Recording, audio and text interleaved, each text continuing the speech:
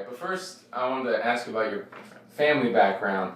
Like, as much as you know about, as far back as you know, if you know anything. Well, I remember my mother taking me to kindergarten. Mm-hmm. That's as far back as I can go. Well, I mean, do you know anything about your ancestors? That's kind of what I mean. Nothing. About your grandparents? Anything? My grandfather. Do you remember what his name was, by chance? No.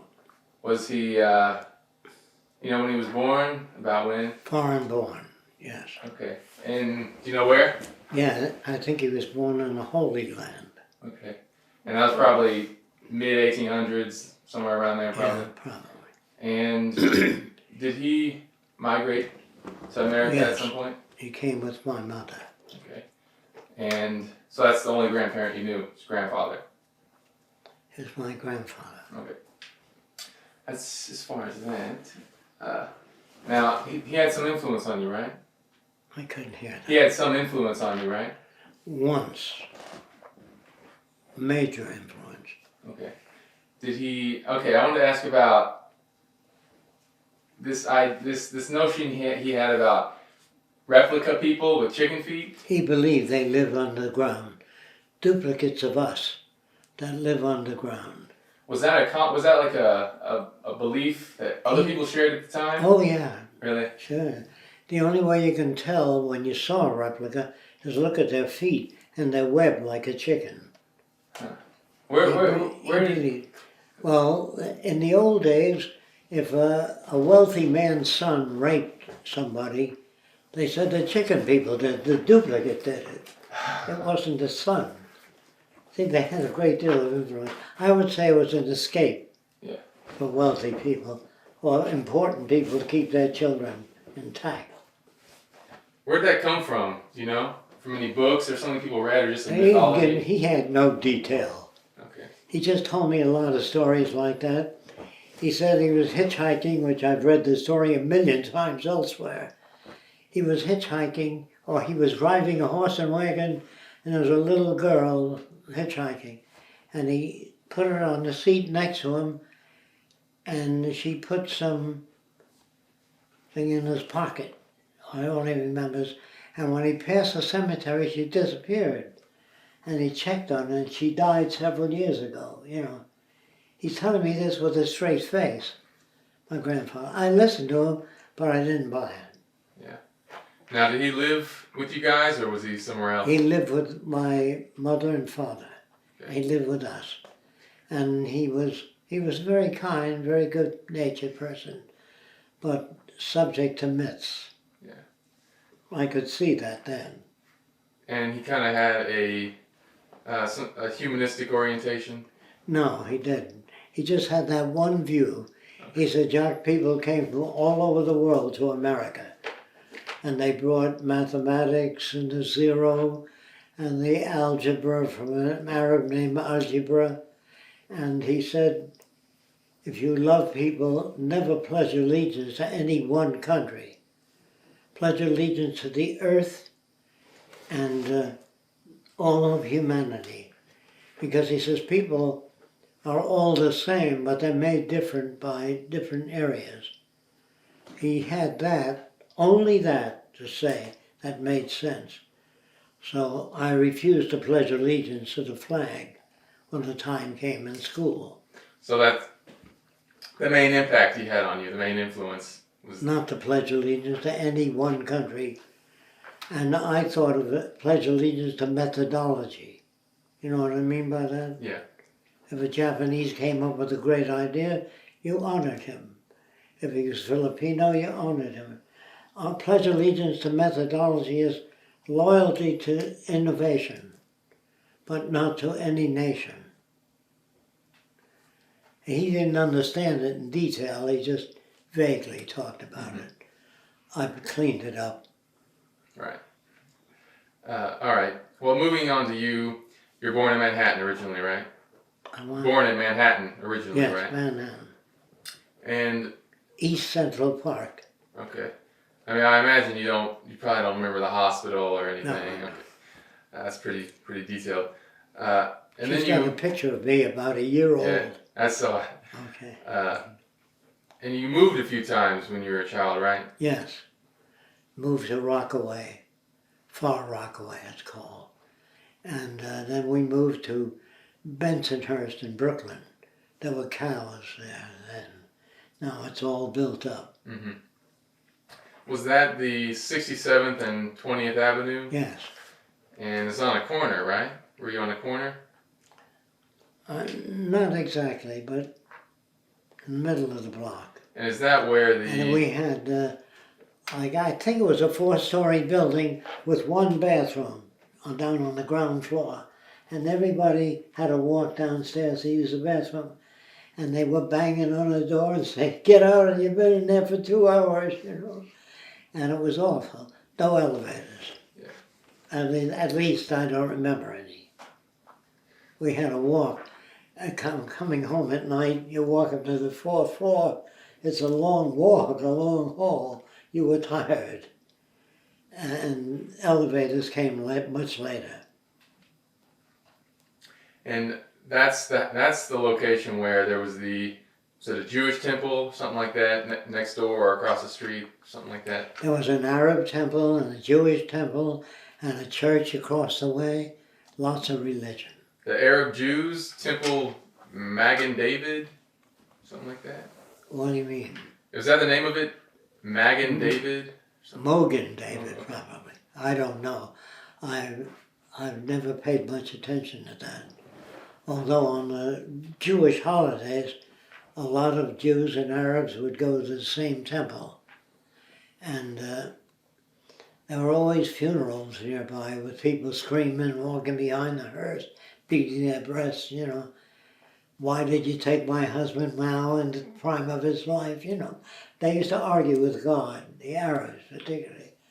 You know, they'd argue with him. They'd say, "Why now? You know, I needed him." They called God bad names. And they used to talk to their children in a strange way in Arabic. Like if the child cried all night, the mother would get up and say in Arabic, "The devil should take you." You know what I mean? Because the kid was annoying. But nobody looked at it that way. Anyway, they were a bundle of contradictions, people. Now, Katrin in Walden 3, he says that the Arab Jews were sort of a strange, they seemed sort of strange, or maybe their culture was a little bit... They were strange, but they were called Halabi. Halabi is like low class in the old days. If they came from Halabi, they wore Arab garb and they scratched their back against the buildings. You know, they were doing things that was normal in their culture, but in this culture it looked strange. Now, was it mostly minorities throughout where you lived? Yes, mostly Italian, Jews, French, but you can always tell what they were by the way they dress. The Italians wore a sort of a hat with a feather in it, and the French had long sideburns. And the Jews, when about 16, 17, they were not allowed to shave, and they had beards. They had black beards, you know. And the Italians were in the ice delivery. They were ice delivery people. They used to deliver ice for the ice box. A man would come and put the ice in the ice box. And then there was a older Jewish man that had rheumatism, and they used to wrap newspapers around their legs, lots of newspapers, to keep the heat in the cold weather. And they have a big heavy coat, which is very uncomfortable. And when they were not allowed to knock at the doors of people, and they used to clap outside the house. And the mother would open the door, and he'd open his coat, and he had thimbles, hairpins. Oh, he was a traveling department store. And he used to walk up 3 floors. He was an older person as a rule, carrying heavy suitcases, plus all the stuff he had pinned on him. He sold used things, thimbles, odd things. And I remember sometimes a mother would call him from the third floor and said, "Irving, come up here." And he would come up with his 2 suitcases.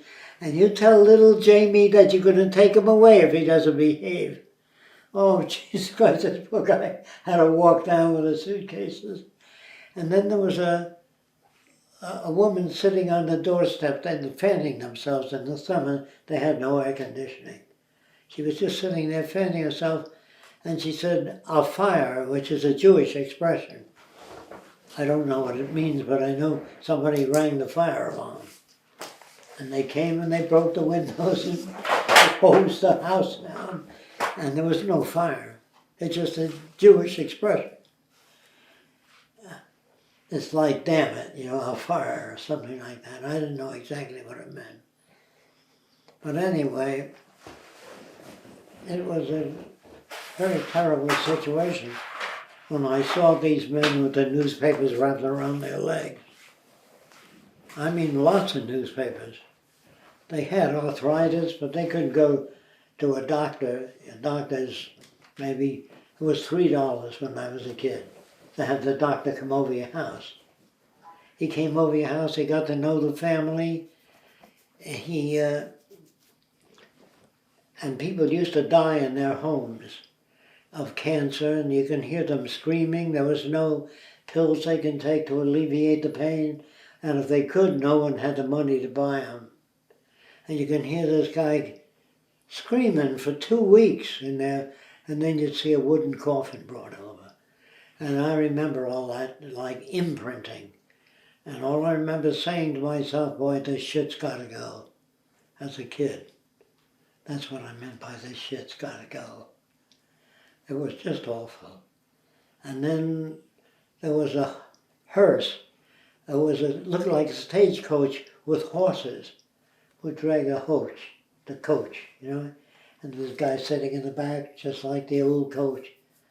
And fire engines were horse-drawn when I was a kid. And sometimes in the summertime it'd be hot, nothing like this. And the horse would die in the street and lie there for 3, 4, maybe 6 days and stink up the area before you got him to take the horses away. There was horse shit all through the streets and a lot of dead horses in the summertime. And the guys earned so little money, they never fed the horses everything they needed. And the horses were anemic. You could see the ribs. Because they didn't earn enough to buy the horse. And if they did, they'd probably buy us something else. Suits were like $7. And things were relatively inexpensive.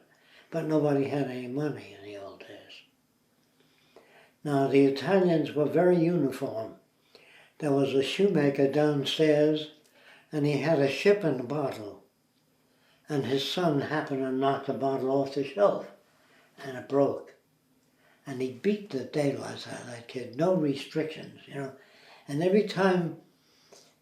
every day he looked toward the bottle, he saw no bottle, he beat his kid again. He beat his kid that way for a month. So I told the kid to take the bottle and throw it away somewhere. So the old man wouldn't do that. It worked. But every time the old man saw the bottle with a broken chip in it, he beat up the kid. It was a reaction he had. He was a very simple guy. His only field was repairing shoes. He had no intellect.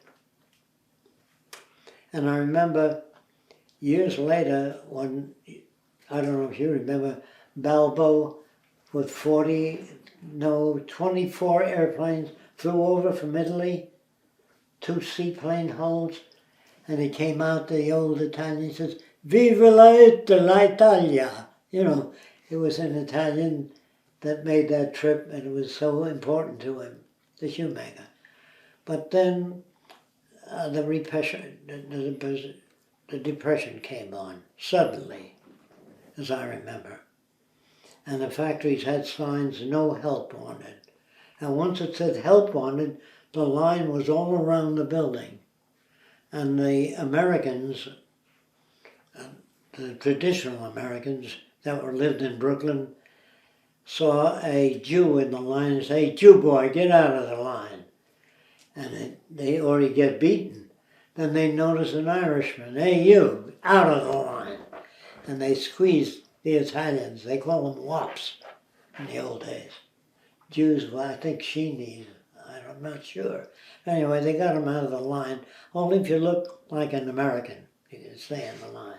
What was that? And I remember when I was a kid, the Irish came over during the Irish, I don't know how long the Irish famine lasted, potato famine. And they came to America. And they worked for 1/2 the amount what Americans worked for.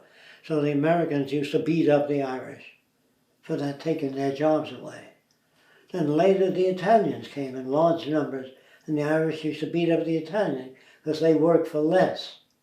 There was always a reason for it. The other kids used to watch them, but they never tried to analyze it or understand it, what was going on. They beat them up because they took their jobs away. They really didn't take their jobs away, they wanted to eat. And the Italians were always into breaking in the windows, and so were some of the Irish. The Jews were brought up not to commit crime heavily. The family was very tight and made them go to Hebrew school or whatever they had to do. But the Italian families had it so tough that even the songs they used to sing, I meted a bigger fat cop and he says, go on to your wop. That was his songs that were typical when I was a kid. And the other songs were something like the birds are singing for me and my gal. And I looked at birds as making sounds, they weren't singing. Man projected that into the bird. Yeah. And they wrote songs about the birds are singing for me and my gal. Did you ever hear that one? Mm-hmm. He's the only witness. But anyway, the movies always had Mexicans sleeping in the sun under their sombrero. And the blacks were always running away from ghosts. And cowboys never solved any problems. They always took out their 2 guns and solved the problems. There was no intellect, nothing. The movies were really awful.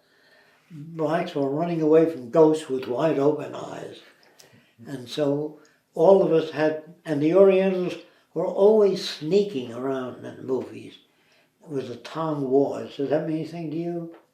There were Chinatown in New York, and they used to fight each other. The Chinese had different groups. And the Chinese were all look alike. They wore skull caps and a long braid down at the hindquarters. And the suits were all black, and the buttons and a string across. They all dressed alike. And when we saw a Chinaman, we'd run down the street and we'd look at him. And when we saw an airplane, which was every week or so, a plane would fly 2 miles above, slowly by, and we used to yell, hey, the kids. Was that before your time? I wish it were. Oh, anyway, it was very different. And then on the beach, the women wore frills all the way down to the knees, black. The bathing suits were not like bikinis. They covered the whole body, all the way up to the neck. And if you saw a girl's ankle, you had to loosen your collar. You know, and that was in the old days. Anyway, that soon passed. The ocean we swam in was filthy with turds and all kinds of stuff. It was awful, filthy, but it was normal. We had no other viewpoint. So I tried to help my father when he was laid off. He was an agronomist and nobody, sort of an agriculturist. Nobody wanted to hire an agriculturist during the Depression. So I washed automobiles for 25 cents, each car, you know, and cleaned them up. And I then bought about $2 or $3 worth of ice cream, which I was going to sell on the beach to try to help support my mother and father. And the cops caught me when I just arrived with the ice cream bags. And they put me in the car and took me in, put me in the hoosegow, locked me in the jail. I must have been about 13 or 12, just a kid. And they put me in jail. They gave out ice cream to everybody in the police department. They were all eating my ice cream. I felt, gee, there's no such thing as justice at that time. Those were the conditions that made me aware. Just the way they behave. And since everybody was going out of business, all the stores were going out of business, closing, a shoe store closed. But they left the door open and all the empty shoe boxes were all over the place. So as a kid, maybe 12 and a half or so, I walked in and I was piling up the shoe boxes and making cities of the shoe boxes, you know. And a policeman walked in and says, "You're in private property, you have criminal tendencies." And he beat the shit out of me, he slapped me real hard. And I didn't know why.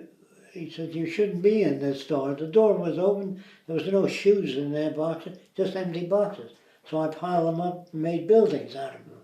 I was playing with him.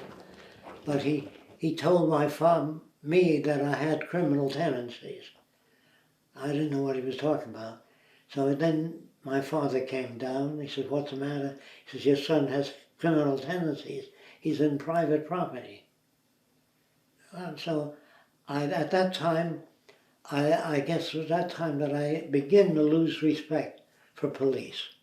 But later, I think I was 13 and a half, somewhere around there, I was walking over the Brooklyn Bridge from the Battery that had a seaquarium, which I used to like to go to.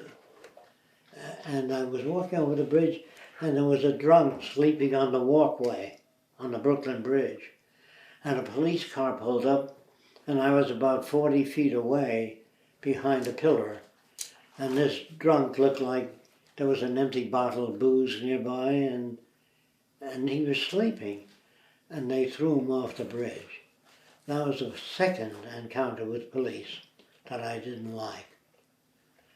And then blacks used to shoot crap dice in the streets. And the police car would pull up suddenly and the blacks would run away and they'd pocket the money on the ground. You know, and then all I remember is maybe a year later, my uncle came to town in a white suit in the wintertime and a white hat. I said, "How come you're wearing a white suit?" He said, "I just came from Florida." He says, "It's warm there all the time. And my parents used to knock at the pipes because the landlord wouldn't put coal in the furnace. It cost too much. So they had to knock on the pipes to get them to put coal in so the house can be heated." You know. Anyway, airplanes flew over and they dropped pamphlets later and said, "Come to California, there's lots of jobs." So I had one of those pamphlets and I took the subway to Manhattan as a kid and I crossed over the Hudson River. I was in New Jersey and I started a hitchhike toward California. Before you go into that, I want to go over some of the things you talked about in that part. One thing, I cut you off in the beginning. You said you remember going to kindergarten, right? Yeah. That's further back. And Thank you. PS 205, what was that? Was that the grade, the class? Is the class you went into, or? No, it was either 1A, 1B, 2A, 2B Okay. is the way they were numbered those days. And I found school very painful. And I played hooky a lot. I found it painful because the teacher used to say, sometimes he'd say, "You're wrong," if I didn't spell something right. He'd say, "You're wrong," but she didn't tell me anything. Those words did not instruct me. Then I was always interested in aviation as a kid. I can only further my interest by going to the library. What do you think got you first into aviation? I couldn't understand how they can fly over this thin substance, a heavy airplane. So I asked my parents how the airplanes do that. They didn't know. And then we went to Philadelphia to stay with some relatives. And I told my relatives I've never seen an airplane. I'd like to see one. They were young, the children, and they took me to an airport, and the hangar was closed. And they lifted me up, and all I can see is a silhouette of an airplane. They had to lift me up, and they took me there every Saturday for about 6 Saturdays. The hangar was closed, was never open. So they asked about it, they said, oh, they closed during the summer. So I never saw an airplane. You were really young then, right? Very young. So maybe 12 to 13-ish, all around the same time. Okay. But I still wanted to see an airplane.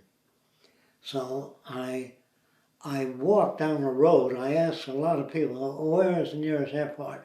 I walked for hours down the road because I could see the planes coming in for landing. So I knew I'll get to see an airplane. But then Jamaica Bay was between me and the airport. And it was painful, you know. I had to go all the way back. And I said, how can I get to an airport without any rivers being in the way or anything?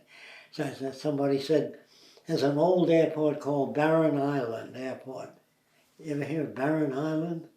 Well, that's what it was, a barren island. I walked a cobblestone road. Flatbush Avenue ends in a cobblestone road. And I walked that road for 3 miles. And there was an airplane, a Jenny. And I was looking at it. Jenny is the training plane of World War I. You can buy them for $50, crated, brand new. And you can buy a brand new airplane propeller from a guy named Carl Ort for $1. He sent it packaged brand new. That's when I met Jacque Catherine. Anyway, at the airport, I was looking at the airplane in the hangar. And the guy walked up and says, outside the hangar. You know, to the kid, because kids could do some damage maybe. So I told the guy, his name was Paul Rizzo. I told him all these years I wanted to see an airplane. So then he got a lump in his throat. He picked me up and put me in the cockpit.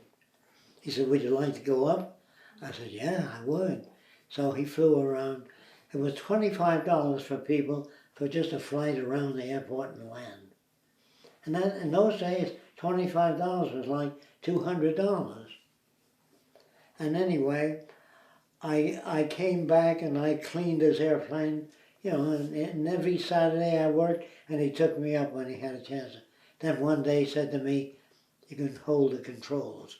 It was a stick, a joystick, and a pedal, and a throttle. And all I remember is banking and turning around a Jenny. It was a twin engine, twin wing biplane with cross wiring.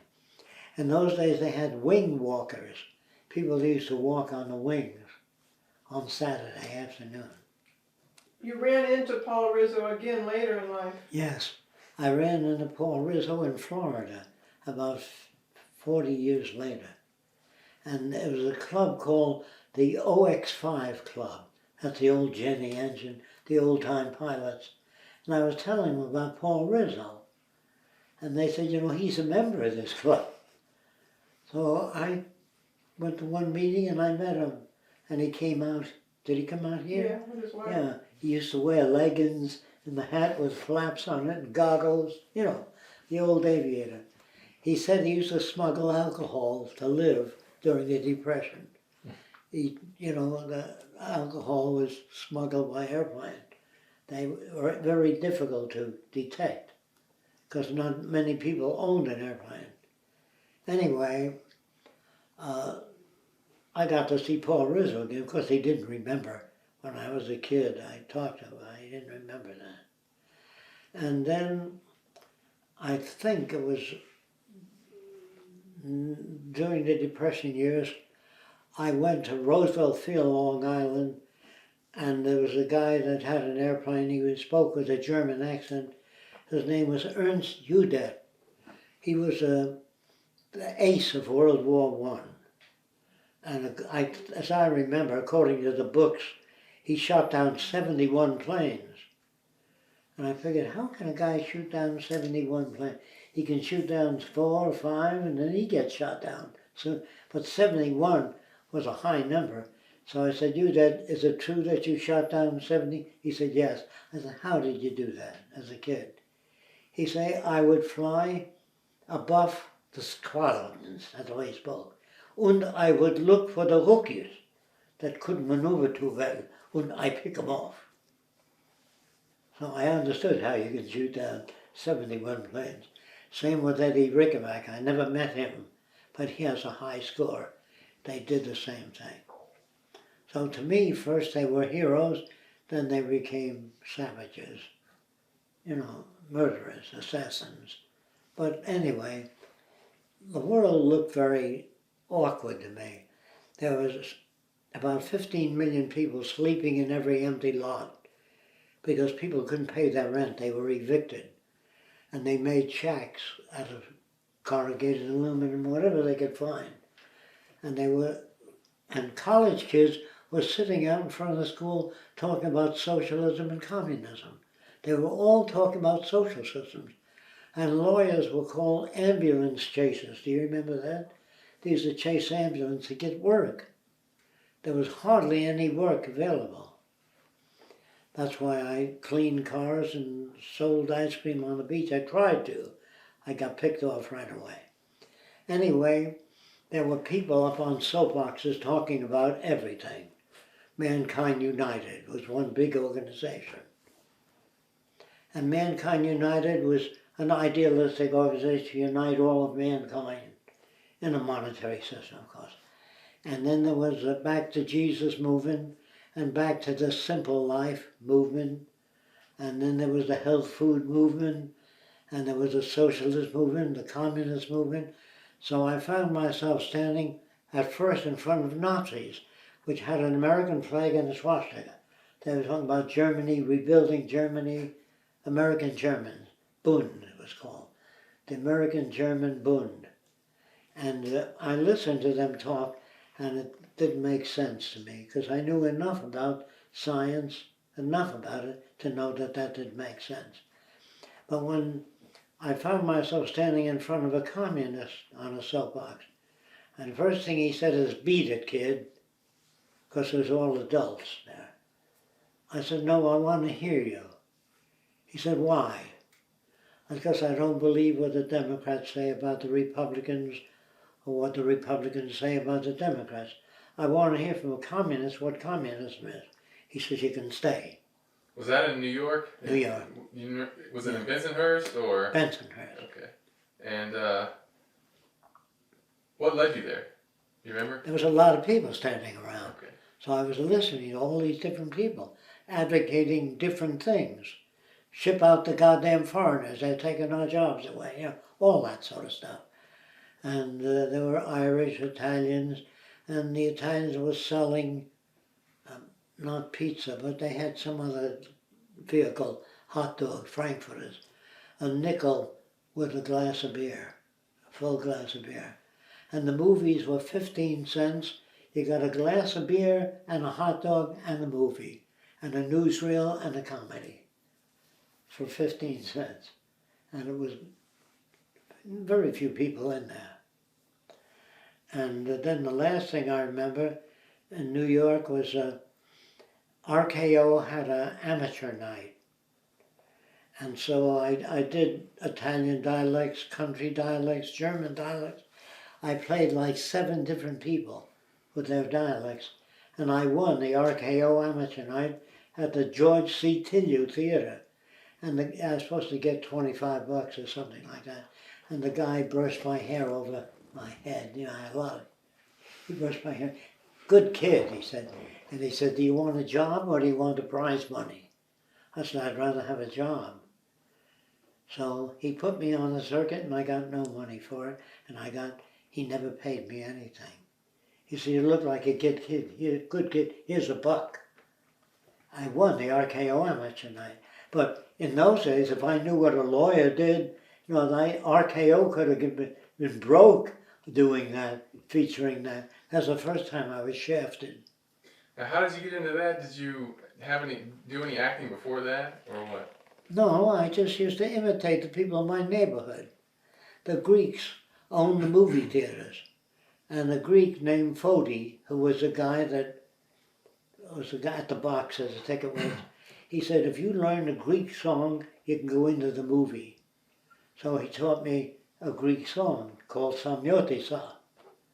And I learned to sing it. And I can go in the movie anytime I sang that song. And the movies were always about cowboys and Indians.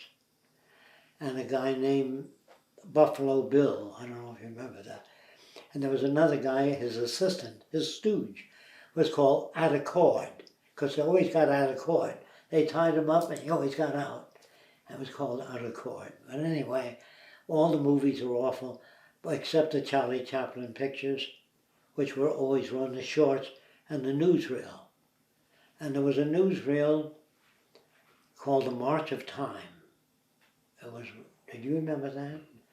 Well, the March of Time sent a committee to Russia to see what communists were doing.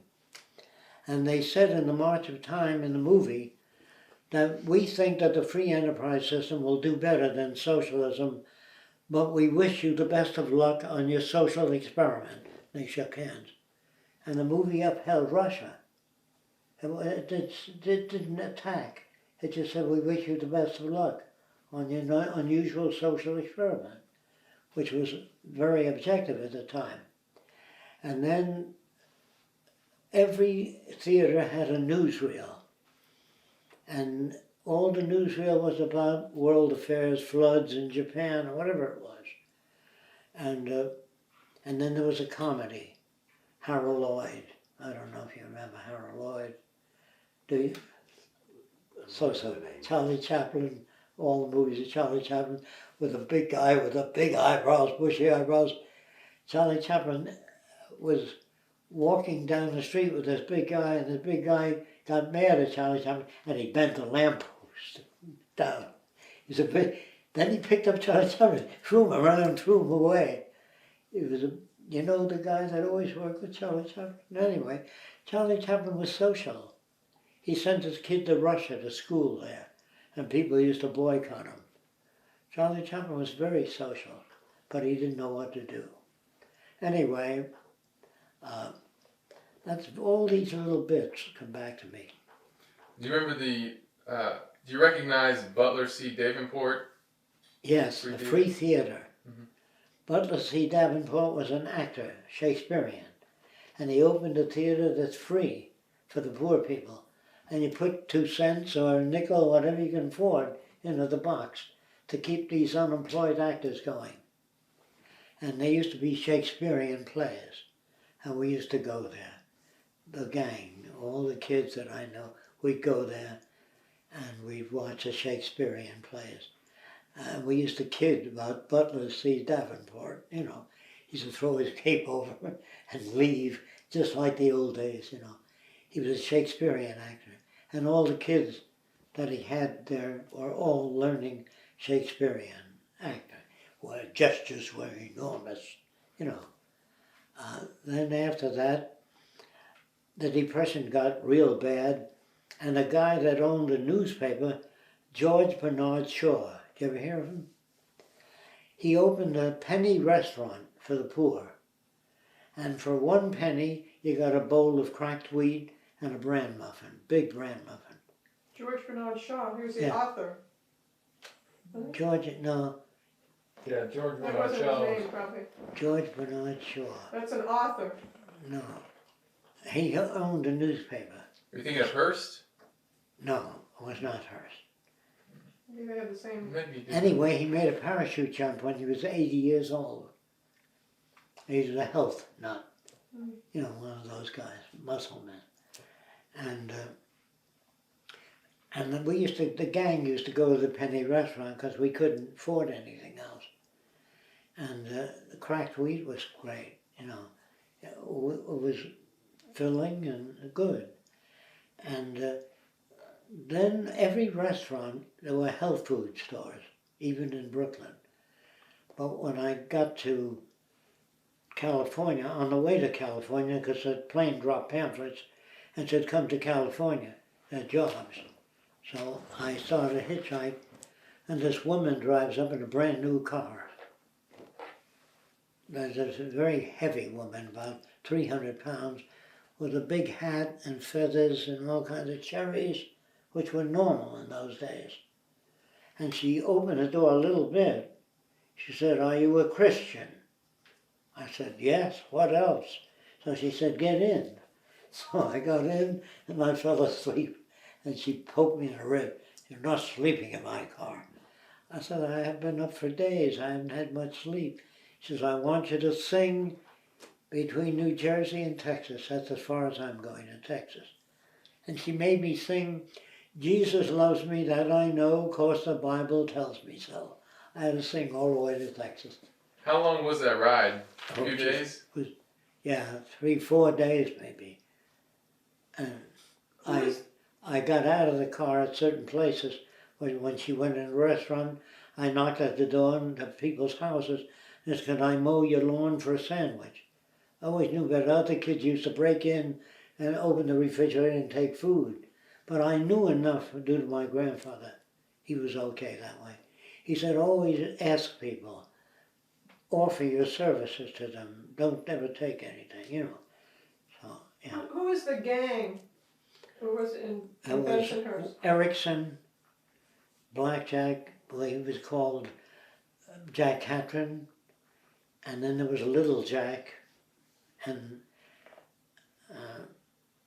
some other guy, I don't think his name, Lolly.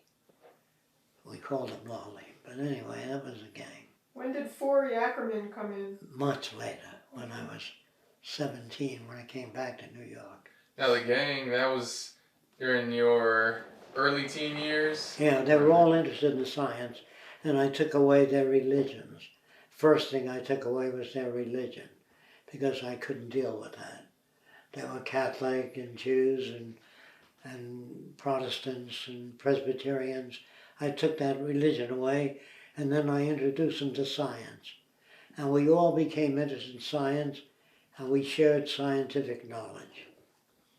And that was about the time my grandfather told me people came from all over the world and made America great. So he said, if you're going to honor people, honor all people. Because God made everybody. You're not supposed to kill anybody.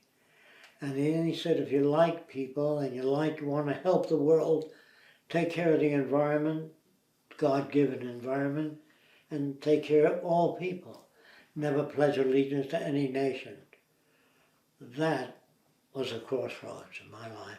So when the time came, I refused to pledge allegiance to the flag.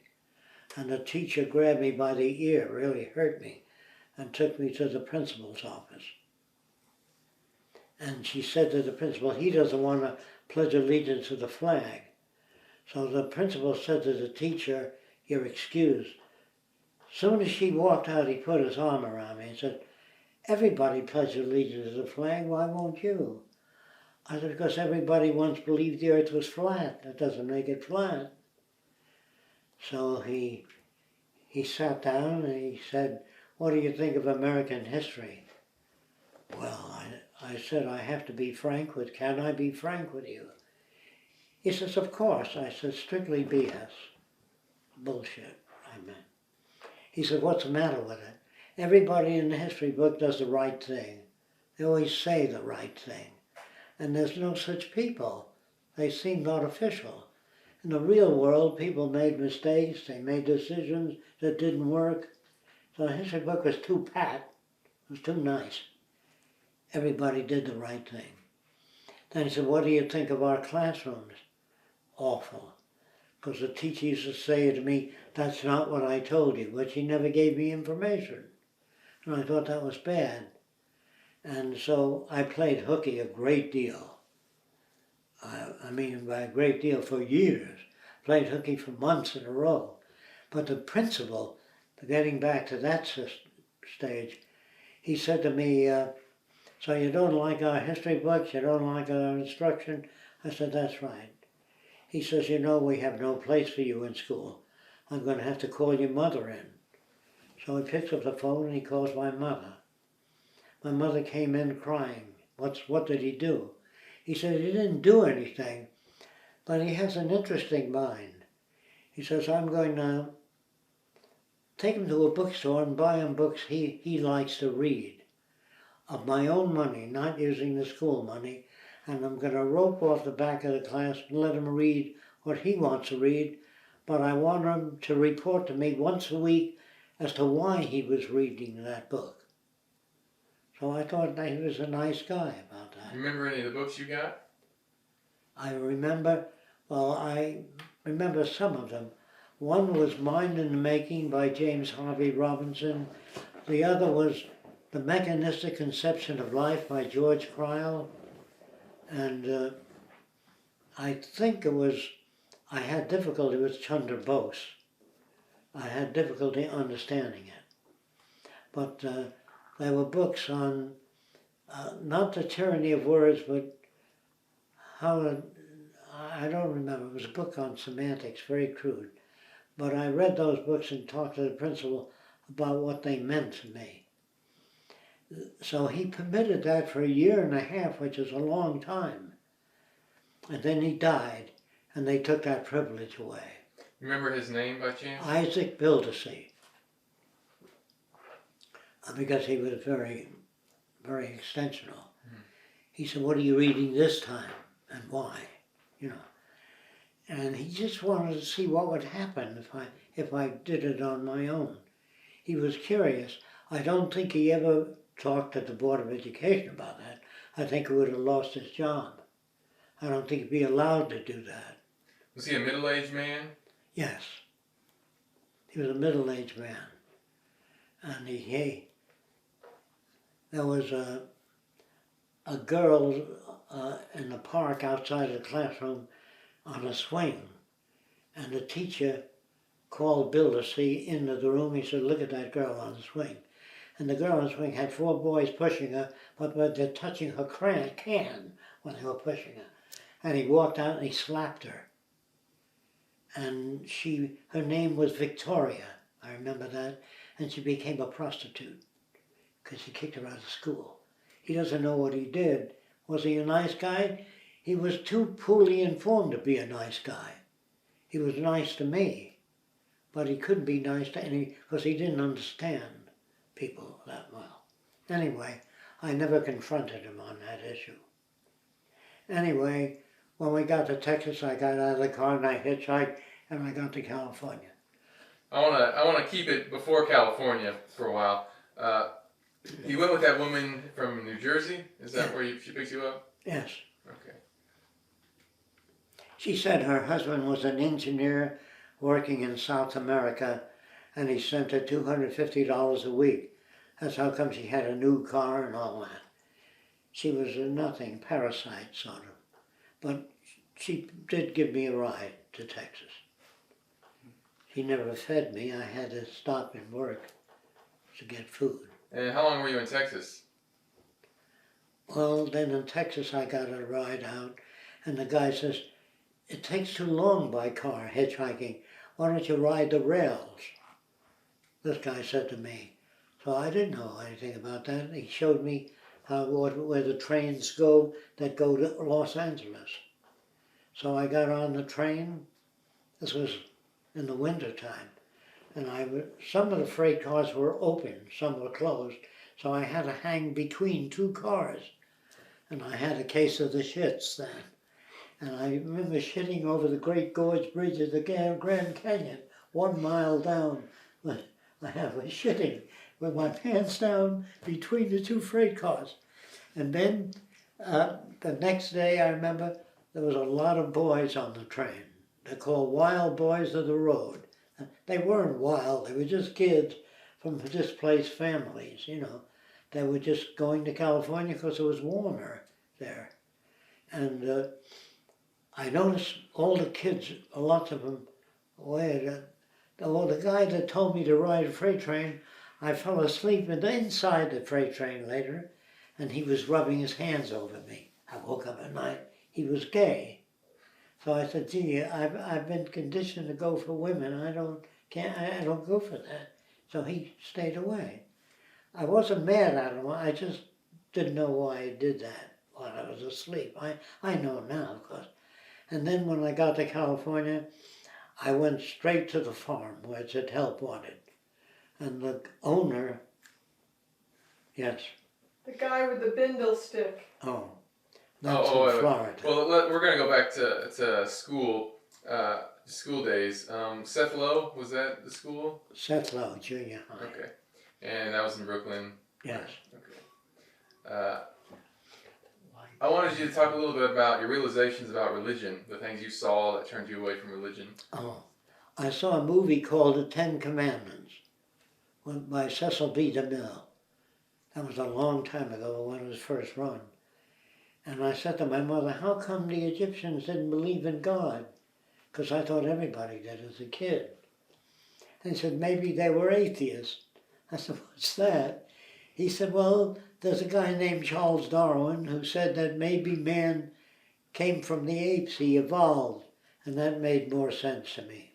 You were talking to your brother, not your mother. Yeah, my brother. My brother.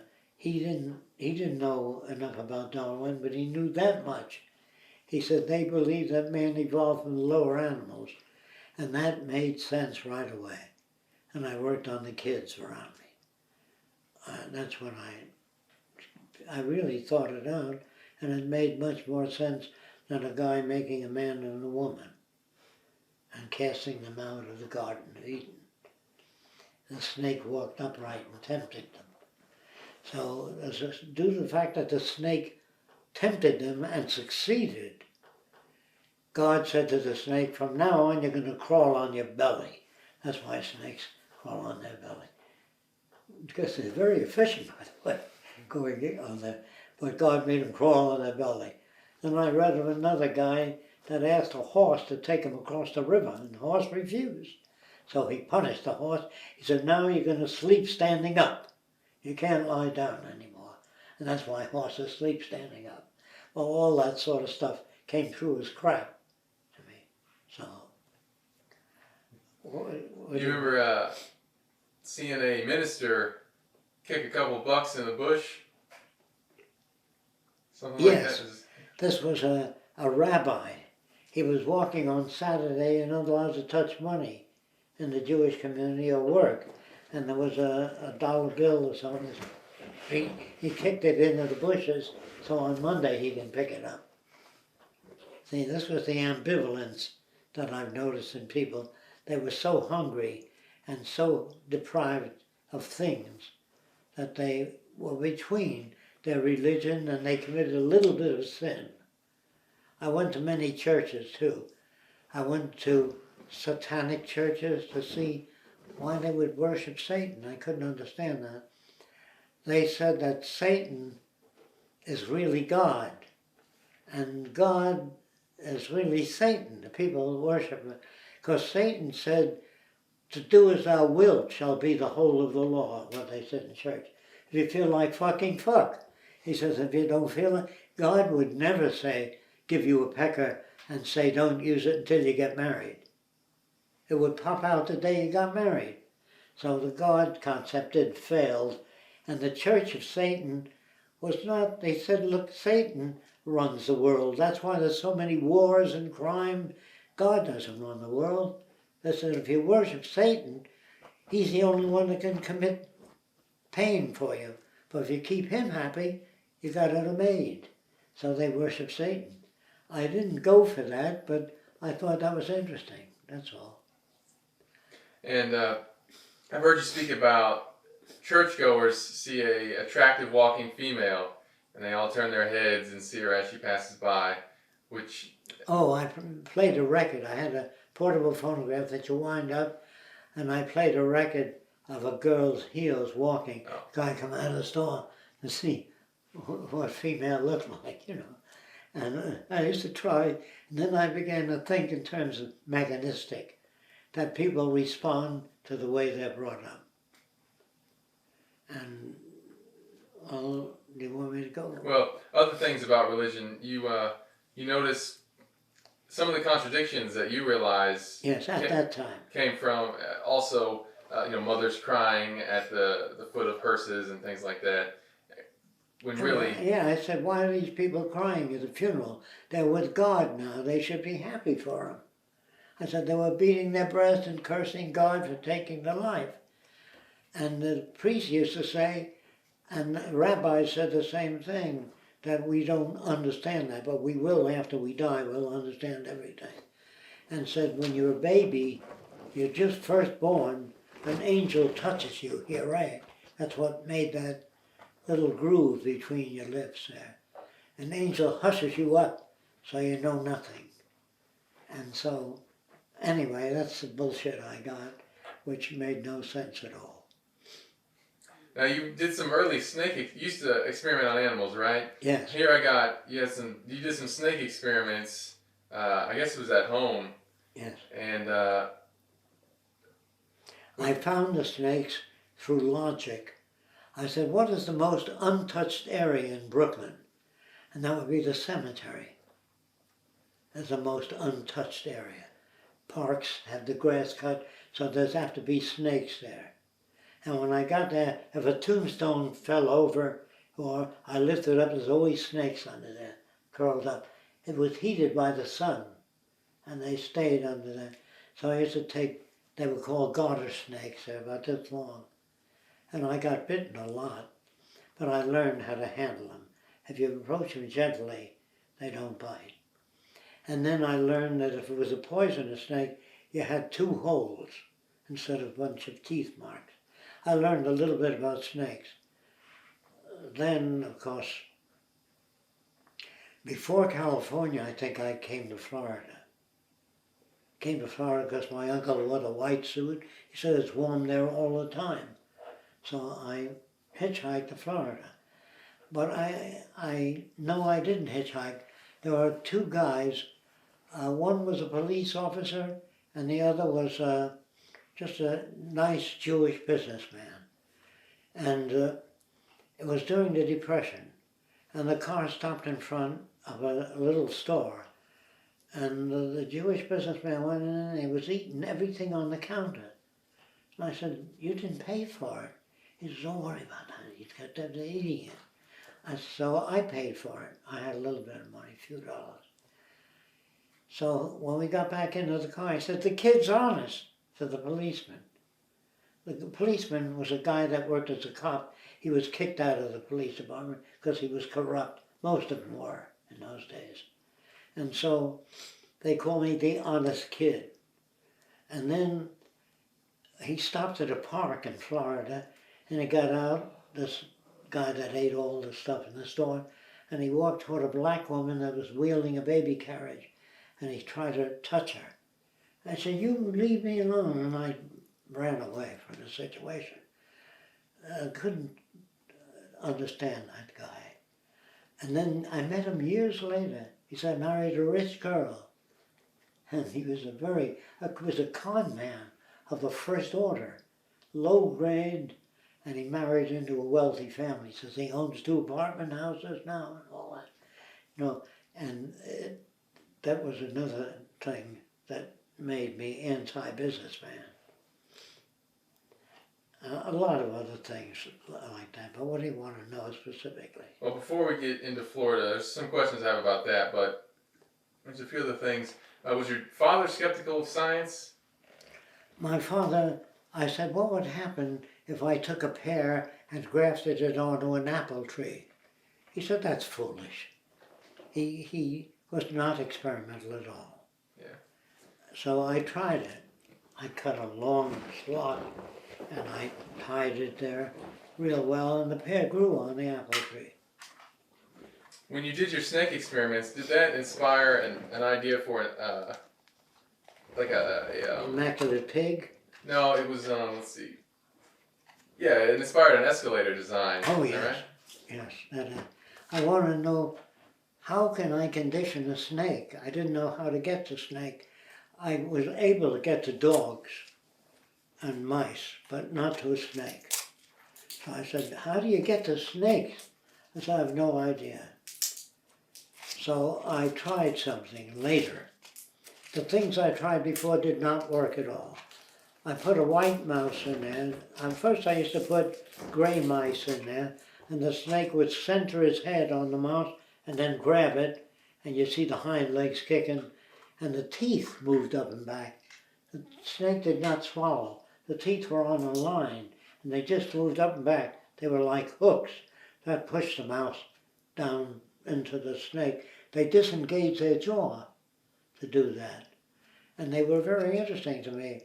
But I want to know how to get to them.